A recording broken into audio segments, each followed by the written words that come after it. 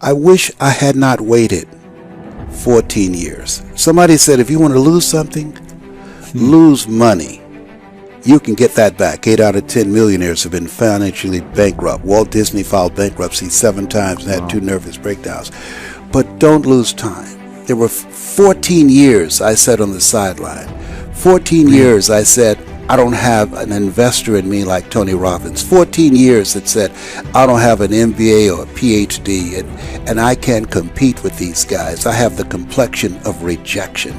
14 years I silenced myself. Wow. And so I regret that, because there are some people that maybe if they'd heard my voice, they would not have turned to drugs. If they'd heard my voice, their lives would have taken a different direction. And I can't get those 14 years back. That haunts me, and I think that drives me when I speak with such energy. I'm trying to make up for that time, but I can't.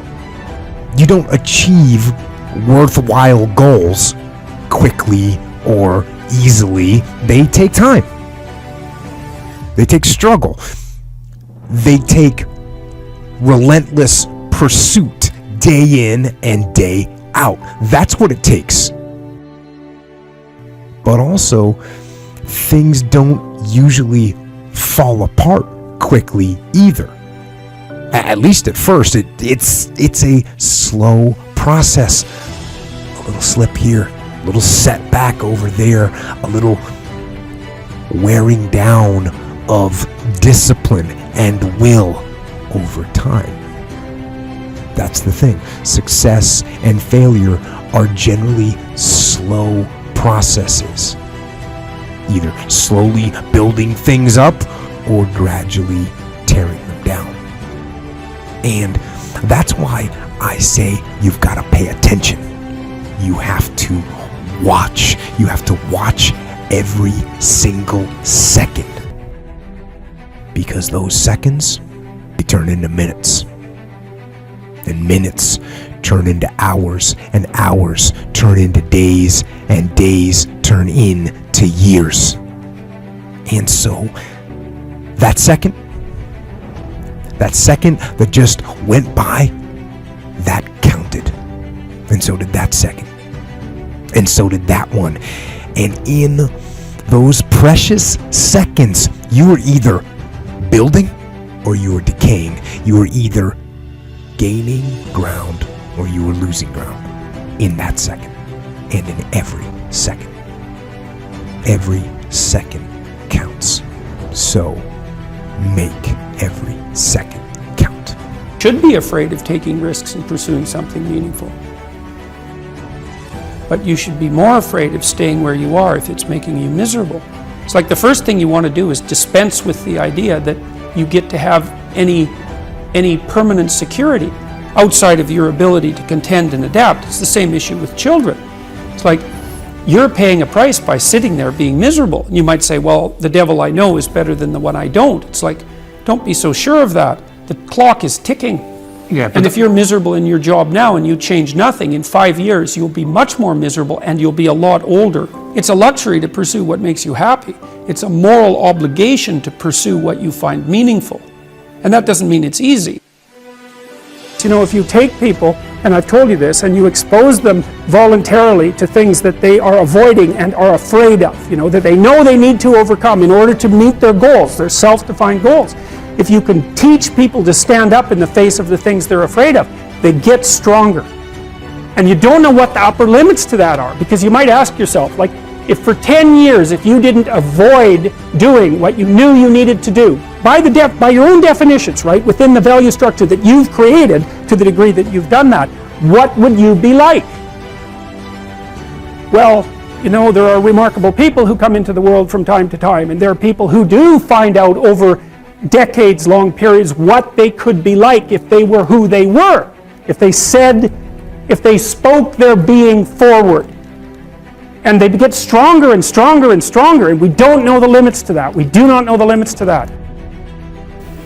Time is short.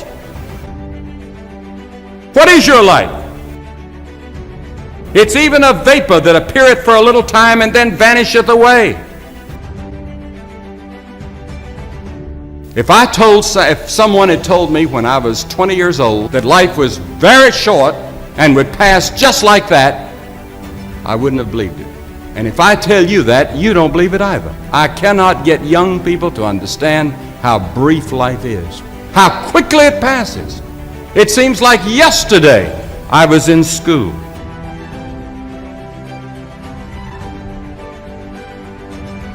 Every one of us here has been given the same amount of time in a day.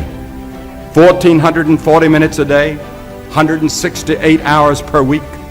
The days of our years are 80 years and 10. And if by reason of strength they are 80 years, yet is their strength labor and sorrow, for it is soon cut off, and we are passed away and cut off. 70 years God allows us. And it's interesting to me, with all of our medical science, we've never passed that magic mark. The average American male today lives 70 years and 4 months. The average female, 73 years and 6 months. More people live to be 70, but the average age of an American is still 70 as taught in the Scriptures. Now, 70 years God allows us. Let's think a moment. What do we do with those 70 years? The first 15 are spent in childhood, and then 20 years we sleep. And then the last 5 years, physical limitations are curtailing your activities. They haven't curtailed mine yet, but my 5th year till 70 starts next year. Only 30 years left, and part of that time must be spent in eating meals, working, and figuring out your income tax, things like that.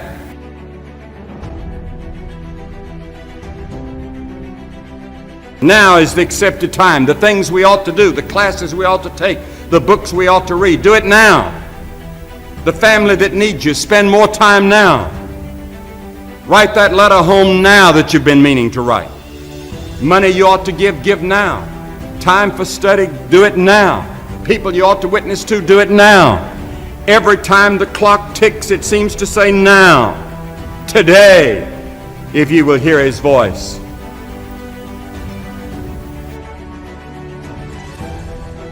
There is the category of problems in life, and it ain't going anywhere. And so the question is, can you deal with the whole category at the same time?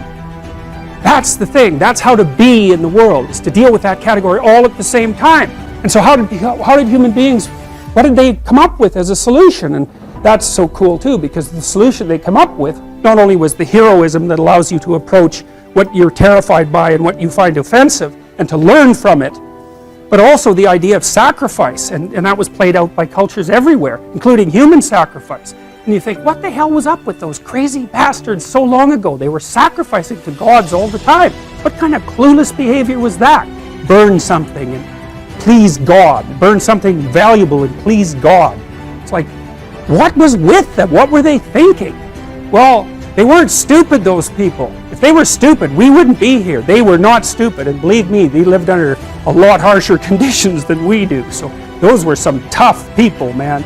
You know, back then you'd last about 15 minutes, and so you don't want to be thinking of your ancestors as stupid. Like, there's no real evidence that we're much different cognitively than we were 150,000 years ago.